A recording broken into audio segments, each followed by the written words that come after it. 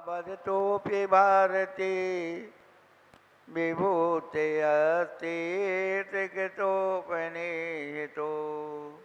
शिवाय धात्रे सुगताय विष्णवे जिनाय तस्मै सकलात्मने नमः। कल्पतरु चिन्ह सहित इच्छित फल प्रदाता श्री शीतलनाथ जिन भगवान की, जिन शासन नायक वर्धमान महावीर भगवान की, जय कपिलेश्वर बाहुबली भगवान की, जय हो कतर प्रदेश भगवान की, जय हो द्वादशांग मई जनवाणी माता की, जय कुंद कुंदाचार्य भगवान की, जय इसी सदी के वर्तमाचार्य चार चक्रवर्ती आचार्य शांसागर जी महाराज की, जय तत्री पट्टाधीश आचार्य सुमणि गुरुवती धर्म सागर जी महाराज की, जय मम शिक्षा ज्ञान स्वरूप आचार्य कपि सुसागर जी महाराज की, जय जिनकम न करो राज की, जय जय लो वाली योगी प्रज्ञा श्रवण मणि श्री अमित सागर महाराज की जय, समस्त मणि संघ की जय। जिनको हमारा चेहरा नहीं दिख रहा हो वो इधर खाली जगह पड़ी है, थोड़े इधर को सरक जाओ, थोड़े इधर आ जाओ तो आप हमें दिख जाएंगे, हम आपको दिख जाएंगे, क्योंकि समोषण की बेदी सामने आ रही है। चलो बहुत बढ़िया।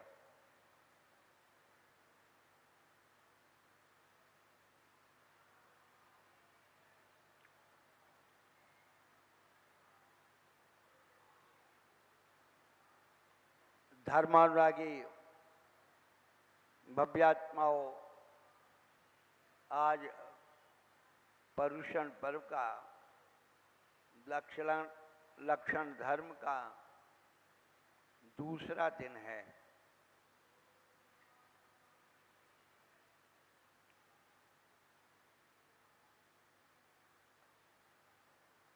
कल बतलाया था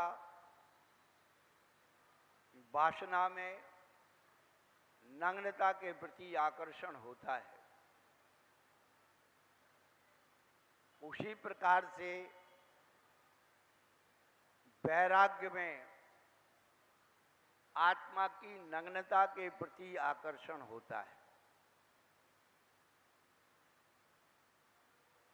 हमारी आत्मा ने क्रोध मान माया लोभ के वस्त्र पहन रखे और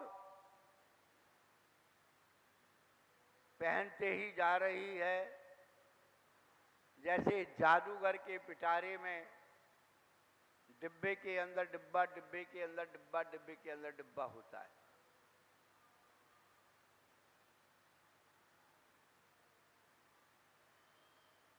ये 10 लक्षण पर्व धर्म हमें अपनी आत्मा को समझने के लिए आते हैं, अपनी आत्मा को मांझने के लिए आते हैं। जैसे भाद्रपद निकलते ही आप क्या करेंगे, अपने मकान को साफ सफाई लगाने पुताने में लग जाएंगे। इसके पहले कि आप अपना बाहर सफाई करें, बाहर साज सज्जा करें, उसके पहले आप अपने अंदर साफ सफाई करके साज सज्जा कर लें आत्मा की। हम लोग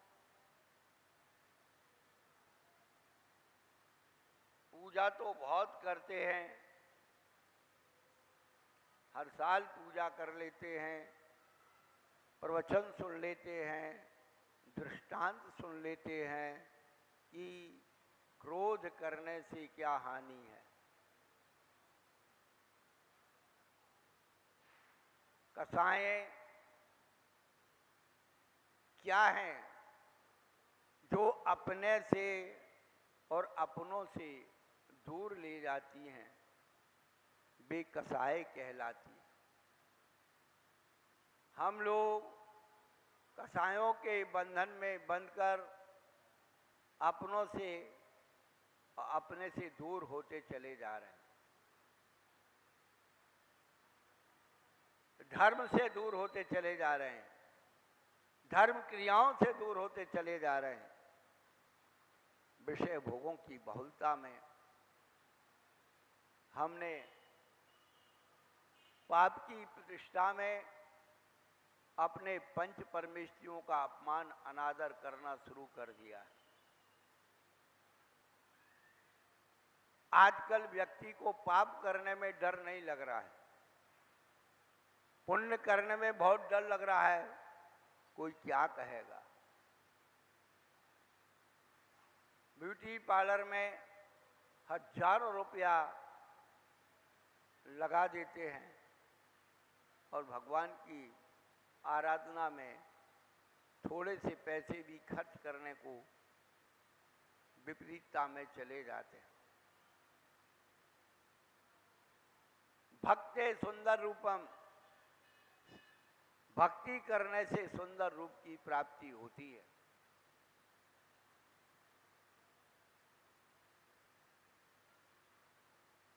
अरत पूजन तत्परता बाल व्रत तपो वैयाव्रतकरण तीव्र साता भेदनी का 9 कर्म है। ये महान महान आचार्यों की वाणी आपको बतला रहे। ये मेरे अपने घर की बात मैं आपको नहीं बतला रहा हूं। ये कसाएं तभी छूटेंगी जब हम परमेष्ठी के संपर्क में आएंगे। जिन्होंने अपनी कसायों को जीत लिया है, जीतने के मार्ग पर चल रहे हैं, उनके सानिध्य में रहेंगे तो कसायों का निराकरण होगा। और पंचों के सानिध्य में रहोगे तो पापों की ही वृद्धि होगी। और परमेष्ठी के सानिध्य में रहोगे तो ध्यान रखना, आपको कर्म का उदय तो आएगा, लेकिन कर्म के उदय को झेलने की शक्ति आपको आएगी। इतना ही सत्संगता का महत्व है कि कर्म के उदय को झेलने की शक्ति, ताकत। कभी भी अपने भगवान से, प्रभु से, परमात्मा से, गुरु से ये मत कहो कि प्रभु हमारे दुख दूर कर दो।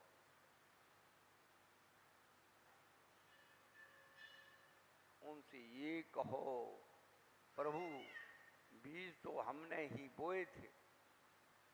प्रभु उस कर्म के उदय को झेलने की शक्ति, जिस प्रकार आपने कर्म के उदय को झेल करके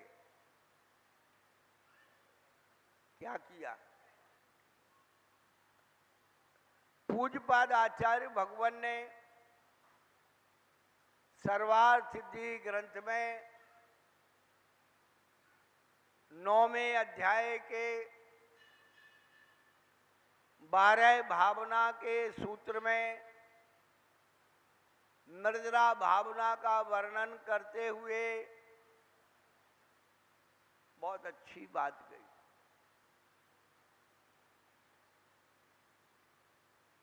उन्होंने निर्जरा के 2 भेद बतलाए, अकुशनानुमूला और कुशनानुमूला। अकुशनानुमूला, जिस निर्जरा को आप अकाम निर्जरा, सकाम निर्जरा कहते हो, सविपाक अविपाक कहते हो, ये सब अकुशनानुमूला है। और कुशनानुमूला जो निर्जरा है वो 22 परसय आदि को सहन करने से होती है। अब परिचय क्या है? अनेक प्रकार के संकटों का सहन करना, 22 प्रकार के संकटों का मुकाबला करना, संक्लेश रहित होकर के। संक्लेश से कर्म बंद होगा। इसलिए उन्होंने साधुओं की निर्जला की बात कही है। तो वहां पर शुभानुबंधी निर्जला और नरानुबंधी निर्जला, जब साधु उपसर्ग और परिचय को शुभ उपयोग पूर्वक सहन करता है तो शुभानुबंधी निर्जला होती है, शुभ का अनुबंध करा देती है। कर्म के उदय को सहन करते करते वह शुभानुबंधी निर्जला हो जाती है। लेकिन जो साधु शुद्धोपयोग में जाकर केवल आत्म तत्व में लवलीन रहते हैं, शुद्धोपयोग का अवलंबन लेते हैं, उनके ही नरानुबंधी निर्जला होती है। ये धर्म को सुनना हर साल सुनते आए हैं, आगे भी सुनते रहेंगे। लाभ क्या हुआ? हम तो ये समझते हैं कि जब से लोगों ने कुछ जरूरत से ज्यादा पढ़ लिया, कर्म बंध से घबराता नहीं। जैसे कोई व्यक्ति उद्दंडी अपराधी हो जाता है तो अपराध करने से डरता नहीं है, ऐसे ही हम लोग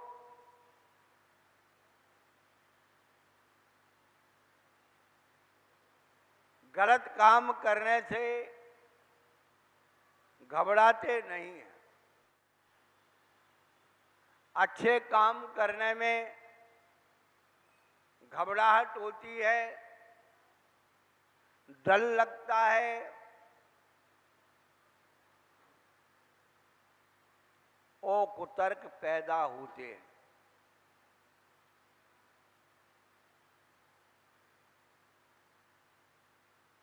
बंद हो।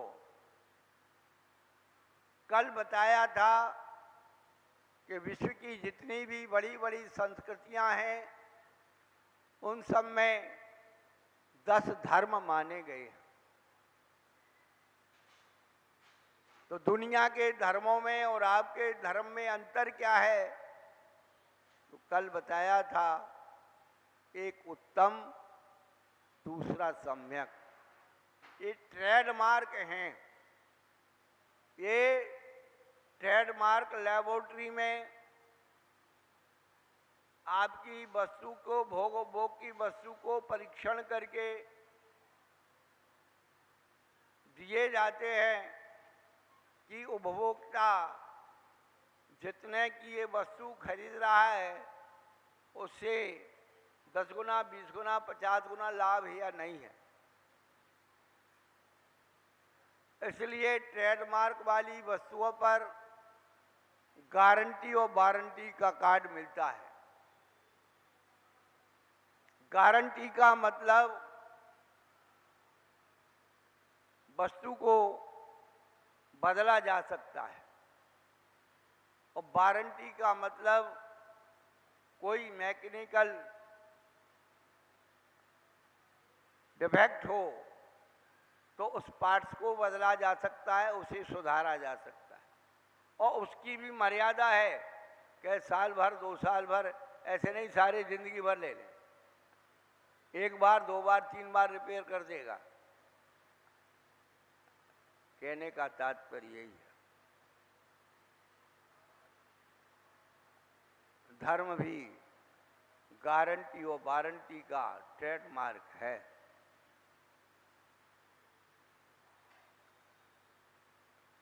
बदला जा सकता है, सुधारा जा सकता है। लेकिन हम लोग, कुछ लोग बड़े होशियार होते हैं, अपनी दुकान का, फैक्ट्री का, गाड़ी का इंश्योरेंस करा लेते हैं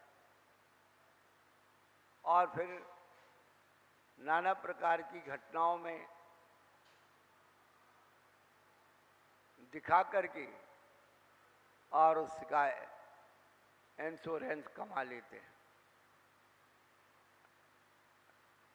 बंधुओं,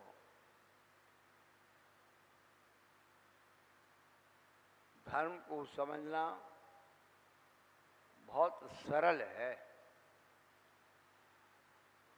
केवल अपने मन और मस्तिष्क में हानि लाभ का चिंतन करें कि आज तक हमें क्रोध करने से क्या मिला, बस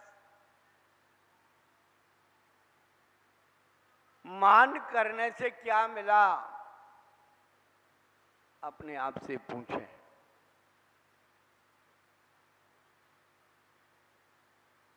कसायों के परिणाम सामने रख लें,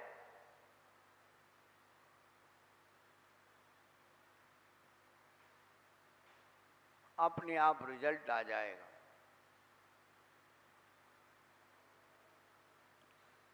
उत्तम विशेषण लगा हुआ है, उत्तम क्षमा, उत्तम मार्जव।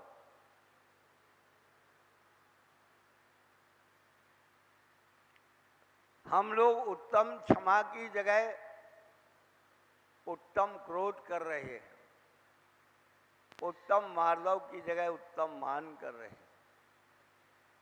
कभी प्रसंग आता है और कह देते हमारा स्वभाव बहुत खराब है। स्वभाव कभी खराब नहीं होता, हमेशा विभाव खराब होता है।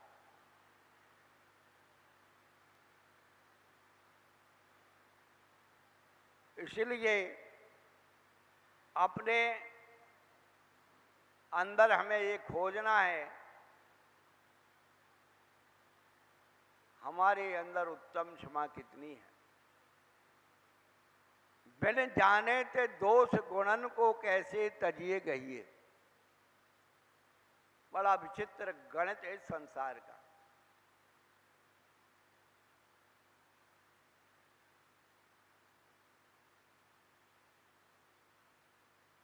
क्रोध पूर्वक भी क्षमा होती है,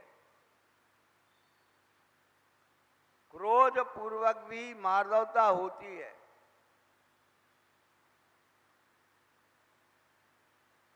क्रोध पूर्वक क्षमा होती है, मान पूर्वक क्षमा होती है, माया पूर्वक क्षमा होती है और लोक पूर्वक क्षमा होती है।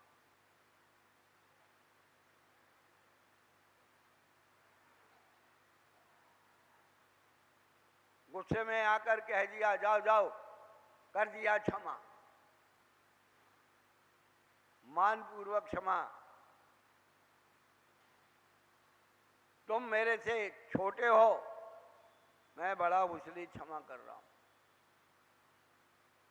माया पूर्वक क्षमा, हम आपसे छोटे हैं इसलिए कुछ नहीं बोल रहे हैं, आपकी इज्जत कर रहे हैं इसलिए क्षमा।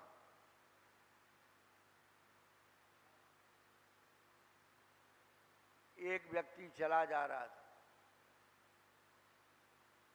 सकड़ी गली थी,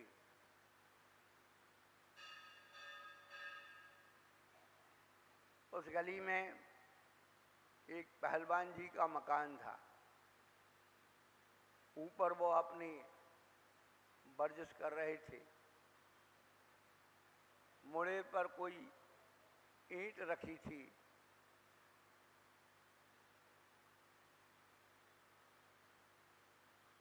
बंदर निकला होगा वहां, उसके आहत से वो ईंट नीचे गिर गई। अब वो ईंट जब नीचे गिरी तो जो व्यक्ति नीचे जा रहा था उसके बिल्कुल बाजू में आके गिरी, बाल बाल बच गया। उसको गुस्सा आई कि यार ये ईंट किसने हमारे ऊपर फेंकी।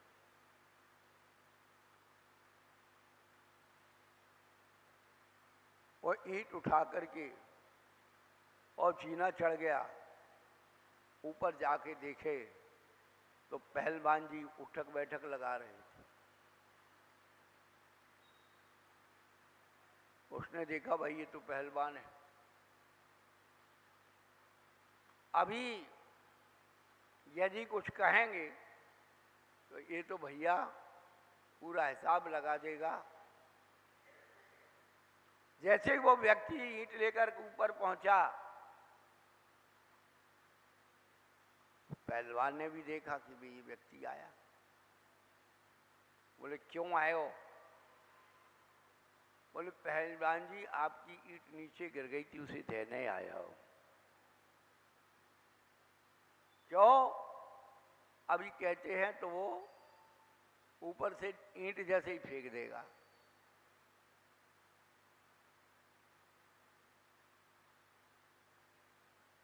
बंधुओं, क्रोध भी सोच समझ करके करना चाहिए।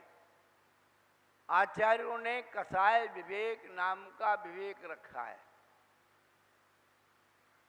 शरीर विवेक, इंद्रिय विवेक, उपजी विवेक, कसाय विवेक, खान पान विवेक।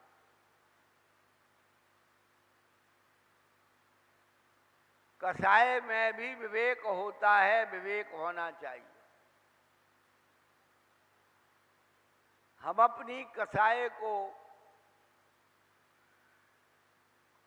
पुष्ट करने के लिए अनेक तर्क ढूंढ लेते हैं।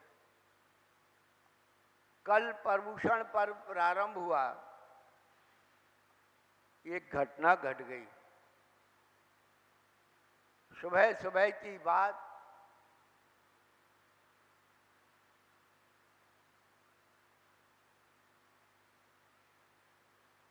मम्मी जल्दी उठ गई।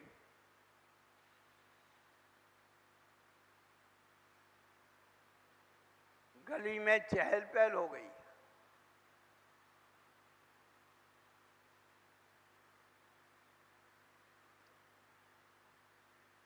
पाँच 6 साल का बच्चा उठा, देखा मम्मी घर पर नहीं है। बच्चे ने पापा से पूछा, पापा मम्मी कहाँ है? पापा कहने लगे बेटा मंदिर गई है।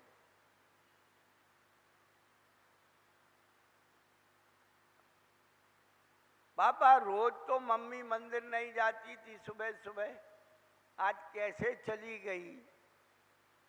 बच्चे तो प्रश्न पूछते ही हैं।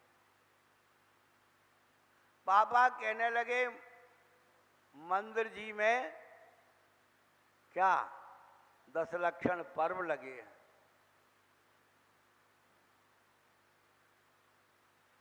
बच्चे ने पूछा पापा ये 10 लक्षण पर्व क्या होते हैं?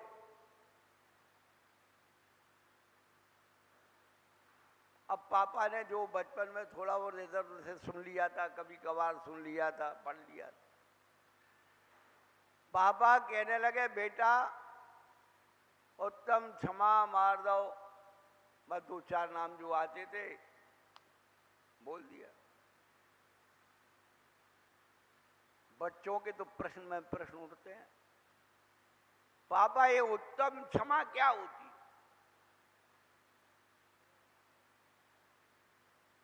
बेटा क्रोध नहीं करना उत्तम क्षमा है। तो पापा ये बताओ क्रोध करने से क्या होता है? पापा कहने लगे बेटा क्रोध करने से नरक गति मिलती है, जैसे ही पापा ने ये कहा कि क्रोध करने से नरक गति मिलती है, बच्चा कहने लगा पापा मम्मी तो रोज गुस्सा करती है। इतना कहना था कि पापा ने एक इधर से लगाया, एक इधर से लगाया, हो गई उत्तम क्षमा।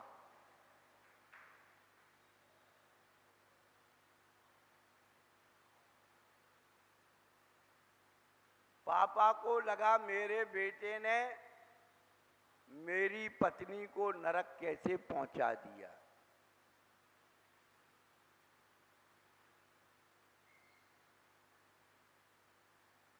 बंधुओं, हमारी कसायों में बड़ा स्वाभिमान छिपा हुआ है। हमारी मित्रता हो, कोई भी व्यक्ति कुछ भी कर दे, उसमें कभी भी स्वाभिमानता और फलाना मानता कोई मान नहीं रहता। प्रेम युद्ध में सब कुछ जायज होता है। और जैसे ही थोड़ा सा किसी कारण से मनमुटाव हुआ, हम सबका स्वाभिमान जाग जाता है। जैसे ही थोड़े अपमान का एहसास हुआ, हमारा स्वाभिमान जाग जाता है। क्या हम ऐसे ही हैं क्या?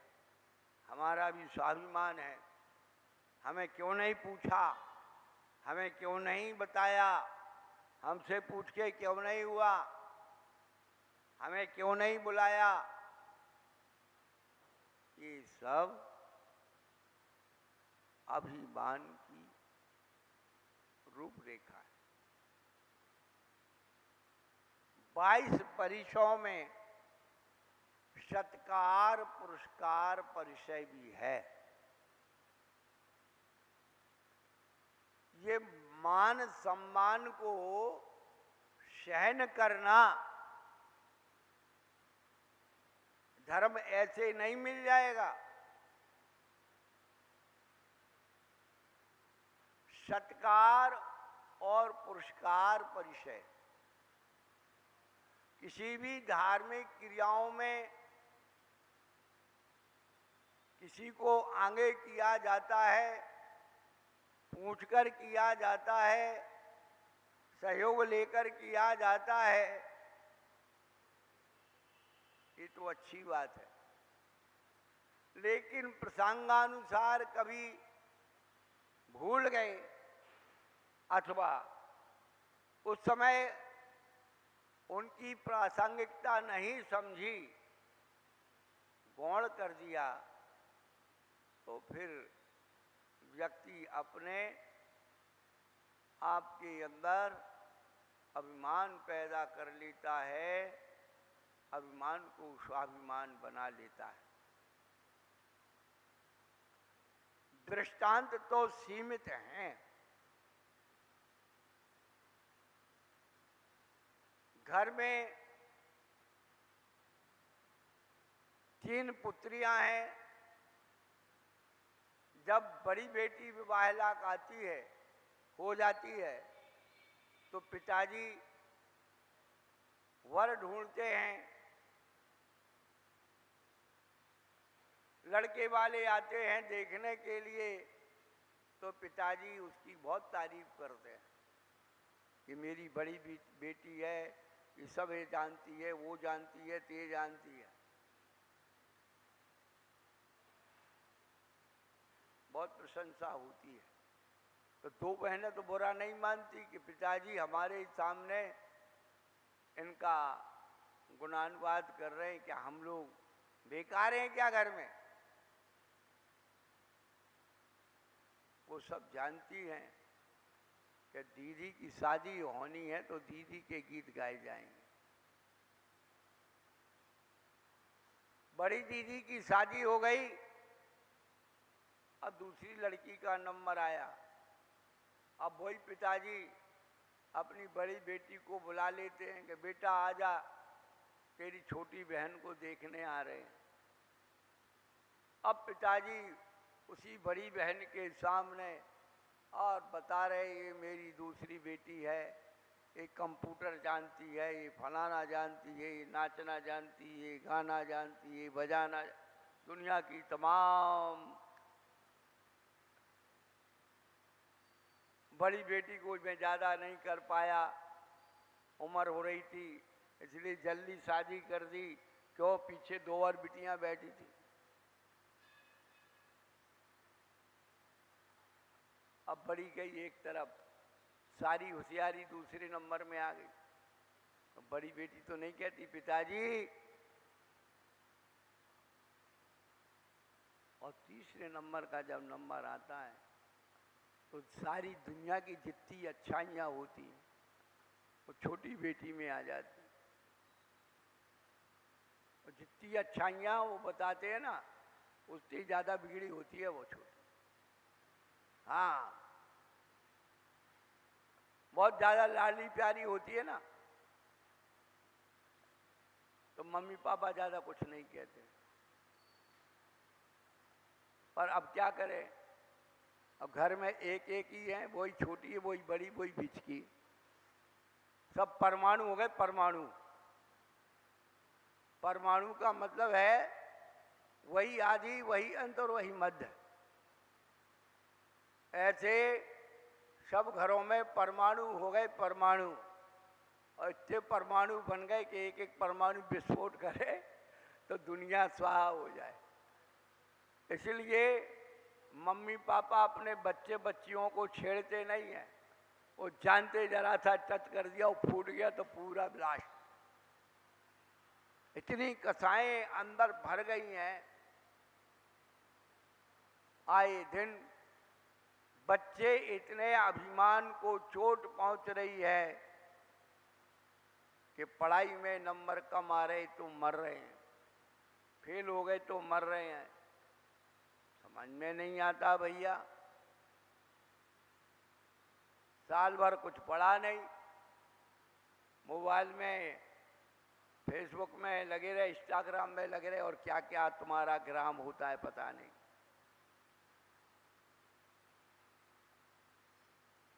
और पढ़ाई के टाइम पर पढ़ाई की नहीं। जब परीक्षा का नंबर आया घबरा गए, नोट लिख दिया, पिताजी, पापा, मम्मी, हो गया काम। ये क्या है? ये धर्म से दूर जाने का परिणाम है। इंद्रिय विषयों की आसक्ति का परिणाम है। क्या पहले कभी आदमी फेल नहीं होते थे? युद्ध में हार जाते थे, व्यापार में घाटा हो जाता था, नाना प्रकार की बीमारियों से ग्रसित हो जाते थे, देश निकाला हो जाता था, दुनिया के अवर्णवाद हो जाते थे, फांसी की सजा हो जाती थी। तब व्यक्ति कहाँ उससे मुकाबला करता था?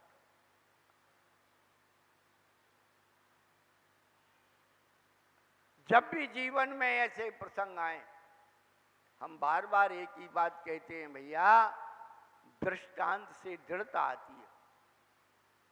आज बच्चों के मस्तिष्क में दृष्टांतों का अभाव है, इसलिए दृढ़ता नहीं है।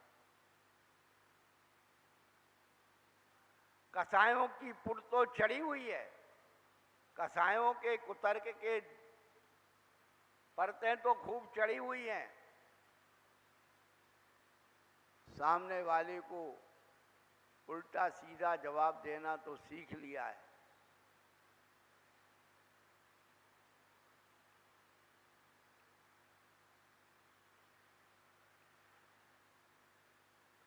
अपने स्वभाव को समझने के लिए करना कुछ नहीं। एक दृष्टांत अपने मस्तिष्क में पैदा कर लो। पर्युषण पर्व की पूजाओं में, दशलक्षण की पूजा में जो बताया गया है, उस पूजा का चिंतन, उस पद का चिंतन कर लो।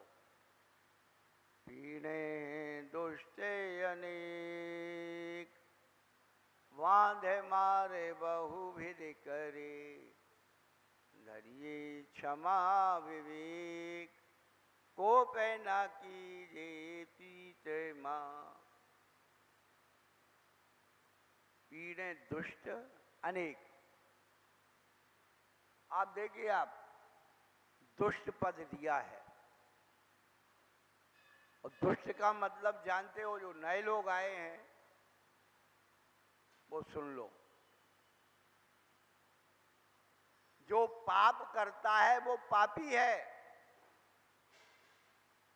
और जो ना स्वयं पुण्य करता है ना दूसरों को करने देता है, वो दुष्टी है। जो अच्छे काम करने में बाधक बनता है वो दुष्ट होता है। पीड़े दुष्ट अनेक। अब उनको पीड़ा देने के 9 कर्म क्या हैं? बांध, मार, बहुविध करें। बांधते हैं, मारते हैं, छेदते, अनेक प्रकार के उपाय करो।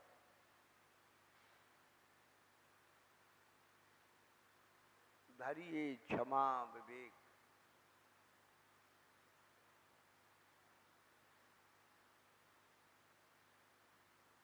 विवेक रूपी क्षमा अपने पास रखिए। कोप न कीजिए प्रीतमा। प्रिय आत्मन, क्रोध मत करो, क्षमा का विवेक रखो।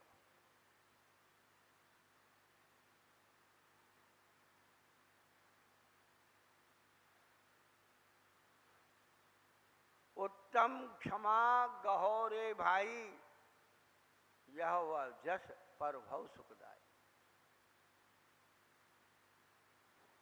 इस भाव में यश मिलेगा, पर भाव के लिए सुखदाई हो जाए। आज पूरे देश में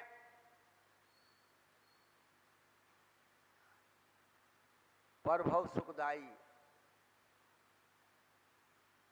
आपको परोक्ष प्रमाण बता रहे, परोक्ष प्रमाण। सबसे ज्यादा पूजा किसकी हो रही है? सबसे ज्यादा मूर्तियां किसकी हैं? सबसे ज्यादा मंदिर किसके हैं? पार्श्वनाथ भगवान। अब एक आज बैठे हैं क्या? भाई क्या हमारे रिश्तेदार हैं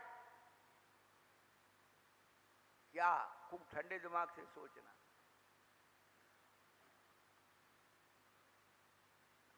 जिस समय पार्श्वनाथ ने क्षमा का रूप धारण किया था, वो क्षमा से केवल ज्ञान उत्पन्न हुआ था। धन्य है वो जीव। इतिहास में 2 ही व्यक्ति का नाम मिलता है। भरत चक्रवर्ती जब बाहुबली के पास उनकी पूजा करने गए थे, वो पूजा कर रहे थे और बाहुबली को केवल ज्ञान हो गया था। और दूसरा धर्मेंद्र पद्मावती, इनके सामने पार्श्वनाथ भगवान को केवल ज्ञान हुआ था।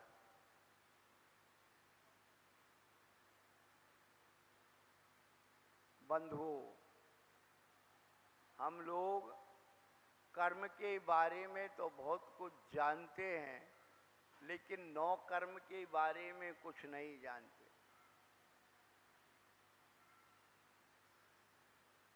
व्रतों के महत्व से ये शरीर भी पूज्य हो जाता है।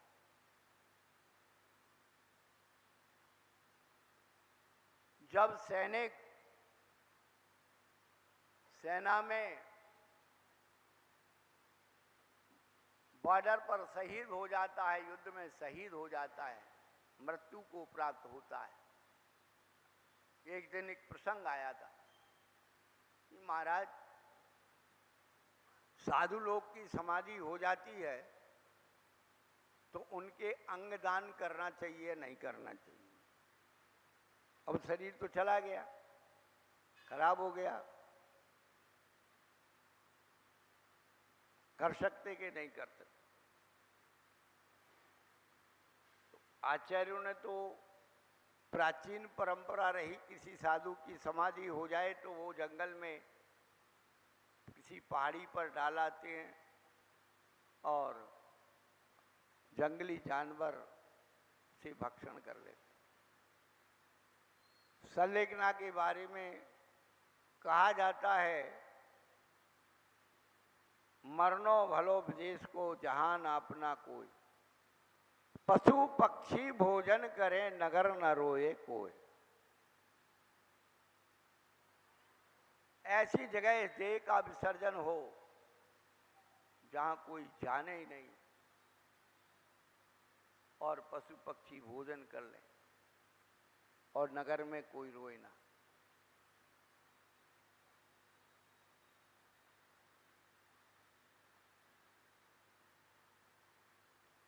उत्तम क्षमा गहोरे भाई, यह भव यश पर भव सुखदाई।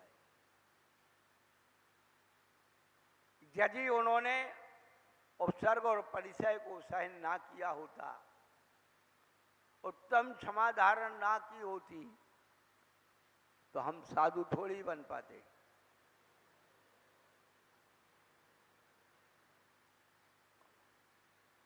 संलेखना मरण के पाठों में यही सब बात दी है।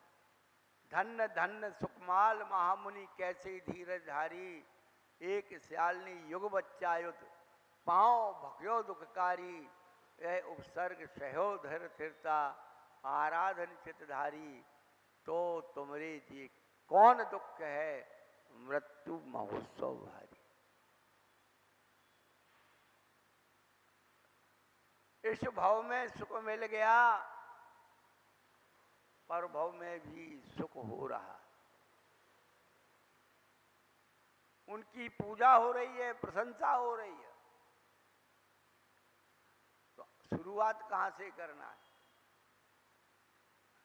सहन करने की शुरुआत कहां से करना है? उन्होंने कहा गाली सुन मन खेद नया।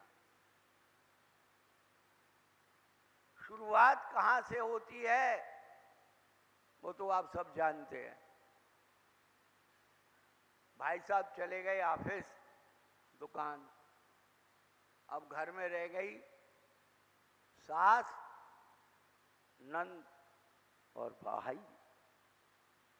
सास, नंद और भाभी तीन रह गई। अब किसी बात से बात शुरू हो गई, अब तो माँ बेटी और ध्याय सुनाने में कम थोड़ी। फिर जो दो हो गई वो अकेली भारी पड़ती है, खूब सुनाती वो भी। अब कोई गवाह तो है नहीं। अब जैसे ही दोपहर में घर में आदमी आया, मम्मी ने सबसे पहले पकड़ा, तेरी बहू ऐसा कहती है, तेरी बहू ऐसा करती है, तेरी बहू ऐसा करती है। और नंदबाई उसमें घी डालती है आग में। हाँ, भाभी ने ऐसा कहा, भाभी ने ऐसा किया, हमको ऐसा कहा, मम्मी को ऐसा कहा, फलाना कहा, ढिमका कहा, जितनी फाइलें होती सब खोल दी। अब बहू अपने कमरे में सुन रही है।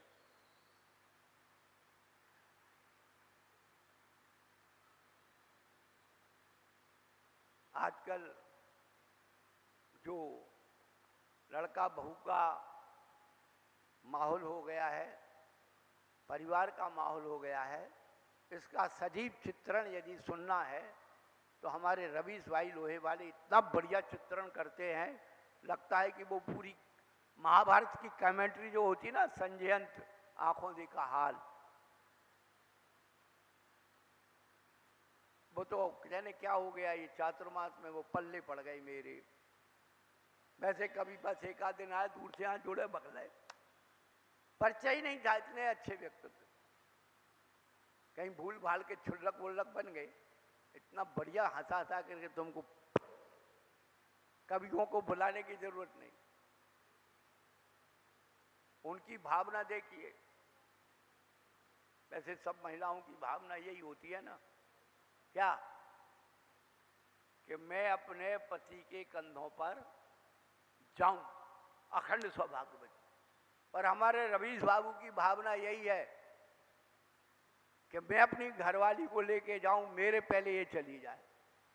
क्यों सत्या जी, कितनी सौभाग्यशाली हो कि आपका पति आपके प्रति भावना कर रहा है। और औरतें तो ये कहती मैं आदमी के कंधे पे लदूं। कितना अंतर है। वो समझता है कि मैं मनुष्य हूं, परिस्थितियों से मुकाबला कर लूंगा। पर ये स्त्री जाति है, अबला है। बड़ा चिंतन, एक एक चिंतन कितना गहरा है, गंभीर है, विचारणीय है, वैज्ञानिक है। हम दान चिंतामणि की एक छोटी सी किताब वो पढ़ रहे थे। दो सगी बहनें, दोनों की शादी हुई।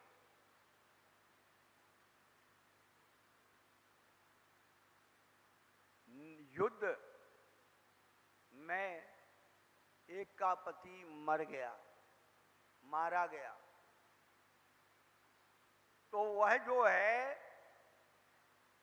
अपने पति के साथ ही चिता में बैठकर शहीद हो गई, सती बन गई।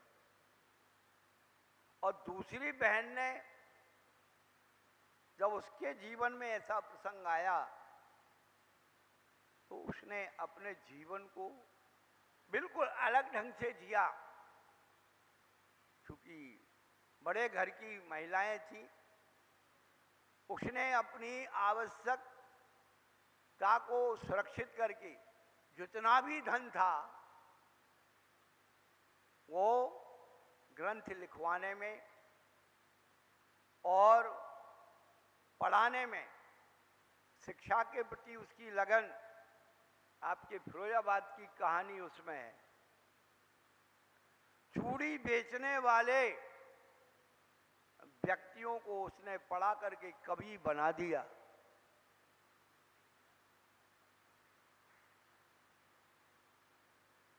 जब मैंने उस घटना को पढ़ा, उस समय दिगंबर मुनिराज भी थे। हमने स्वामी भट्टारक जी से पूछा कि अजित सेन महाराज थे, गुरु महाराज थे बहुत सारे, और ये प्रथा उस समय चलती थी, क्या रोक नहीं सकते थे वो?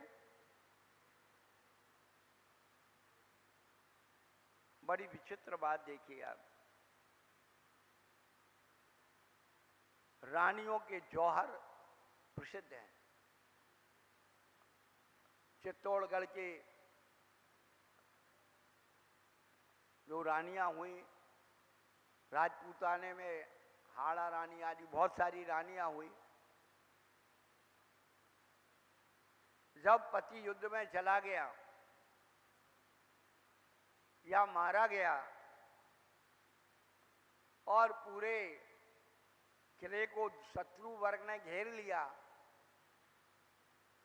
ऐसी परिस्थितियों में वो महिलाएं जौहर करती थी, अग्नि जला करके उसमें कूदती थी समूह रूप से। बड़ी विचित्र बात है। पर जब चिंतन हुआ उसका रहस्य क्या है,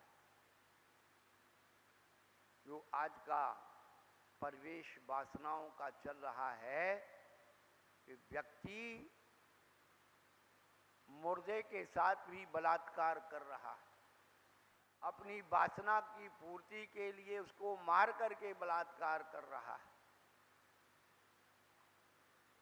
उस महिला की ये पवित्र भावना कि मेरे इस पवित्र शरीर को मेरे मरने के बाद भी ये ना छू पाए, इसलिए शरीर को अग्नि में भस्म करो। अपनी शील की रक्षा के लिए इस प्रकार की उपक्रम किया कर। अब जैसे ही वो मम्मी की बात सुन ली, बहन की बात सुन ली, और जैसे ही वो पत्नी के कमरे में गया, अभी कहानी खत्म नहीं हुई थी, पत्नी शुरू हो गई, तुम्हारी मम्मी ने ये कहा, तुम्हारी मम्मी ने ये कहा, ये किया, तुम्हारी बहन ने ये कहा, ये किया। मैं तो बिल्कुल चुप थी, मैंने कुछ बोला ही नहीं। ये महिलाओं का तकिया कलाम है, कितना ही बोलना है। अभी बात कर रही हो ना, क्या बात कर रही हो? अरे कुछ नहीं, कुछ नहीं, मैं थोड़ी बात कर रही थी, वो बात कर रही थी, उसने ये पूछा था, मैंने ये पूछा। बड़ा इनके सारे कैमरे लगे हुए मेरे पास, हाँ, सैटेलाइट तैयार है। लोग बड़े आश्चर्य में हैं कि ये महाराज को पता कैसे लग जाती है। हाँ, भली वो माने या ना माने, स्वीकार करें या ना करें,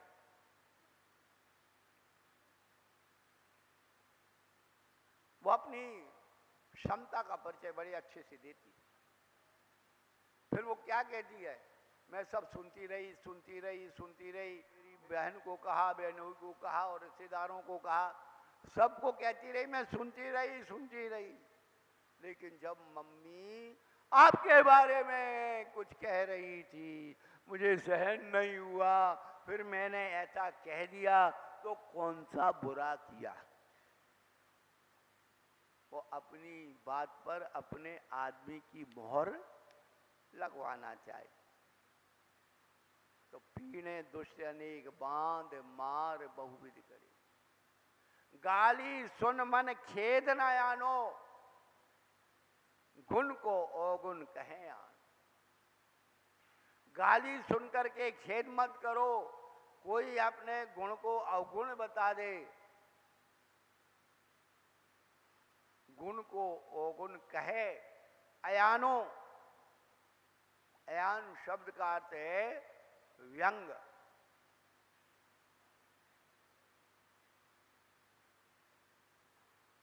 किसी को सुना करके किसी के ऊपर कहना, अपनी बेटी को कह करके बहू को सुनाना, ये व्यंग कहलाता है। व्यंग करने वाले जो चुटकुलेबाज होते हैं, किसी भी चीज को किसी रूप में ढाल करके कह देते हैं, समझने वाला समझ जाता, चोर की दाढ़ी में तिनका। कहिए आनो वस्तु छीने, ये शुरुआत हो रही है, वस्तु छुड़ा ले जा। बांध मार बहुविध करे, बंधन में डाला, मारा पीटा, बांध मार बहुविध करे। घर से निकाले, घर से भी निकाल दिया। तन बिदारे, तन को भी फाड़ दिया।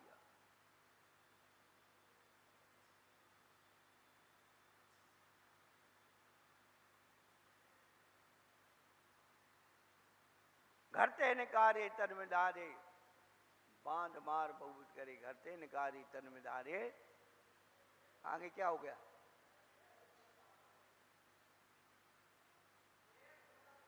बैर जो न तहां धरे। इतनी परिस्थितियों में गुजरने के बाद बैर धारण ना करे। ये बैर क्या है पता है आपको? एक साहित्यकार ने लिखा है, बैर कसाय का अचार मुरब्बा है। जैसे अभी खटाई आ रही है ना, तो व्यक्ति नमक मिर्ची डाल करके, तेल डाल करके उसे सुरक्षित लाल मसाला डाल, ऐसे ही उस हम कसाय को समय की प्रतीक्षा कराते हैं कि कोई बात नहीं, अभी सहन कर लो, बाद में मौका आएगा वो तो आप सब जानते, कितने उदाहरण दे दे हैं। भाभी ने आपको साड़ी दी, ऐसी साड़ी तो मेरी नौकरानी भी नहीं पहनती, अब क्या करें। साड़ी तो फेंक तो सकते नहीं। उन्होंने कहा रख लो, उनके यहाँ कोई काम आएगा, अपन यही साड़ी दे आए। यही तो कसाय मुरब्बा है, बैर है। घुमा फिरा करके भाभी को पता लग गई कि तुम्हारी नंद ऐसा बोल रही थी, तो नंद क्या कहती है, बहन जी को तो कितने ही अच्छा दे दो, उनका तो मुंह ही बनता रहता है।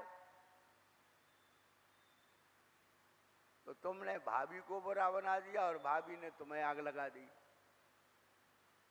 ये बैर चलता रहता है। फिर महाराज किसी ने दिया है तो करें क्या, परिणामों का परिवर्तन करना है। 4 लोगों को कहो मेरी भाभी ने बढ़िया साड़ी दी है, ऐसे ही तो मैं चाह रही थी, बाजार लेने जाने वाली थी, अच्छा हुआ मुझे मिल गई, मेरा काम चल गया। इतना सा परिवर्तन। वो साड़ी से पूरा जीवन नहीं निकलना, ये ध्यान रखना। वो साड़ी इस भाव से अगले भाव में नहीं जाना, 4-6 महीने में फट करके वो सब। लेकिन अचेतन के कारण हमने चेतन से बैर बांध लिया। इतनी सी बात, चाहे वो सास बहू की हो, नंद देरानी की हो, जेठानी भाभी की हो, भाई भाई की हो, रिश्तेदार की हो, पिता पुत्र की हो, रख करके अपने आप को वहाँ देखो कि हमारी कसाय कितनी बलिष्ठ होती चली जा रही है। हमें अपनी कसायों को कैसे कृश करना है, यही हमको ये धर्म सिखाते हैं।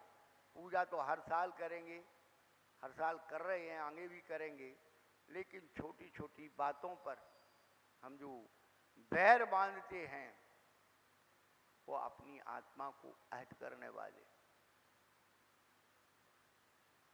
बैर बांधना अलग बात है, बैर प्रतिशोध की प्रक्रिया है।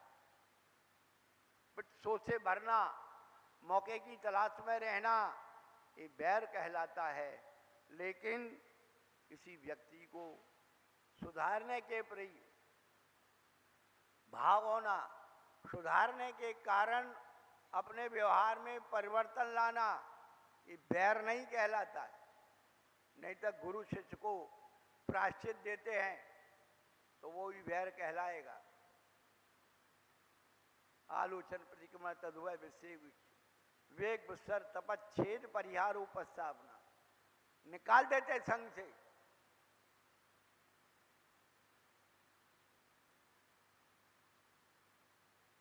दीक्षा कम कर देते, दीक्षा छुड़ा लेते। ये कसाई नहीं है, ये व्यवस्था है। जैसे आप अपराध के कारण आपको पुलिस वाले सजा देते हैं, फिर वहां ऊपर जज सजा देता है,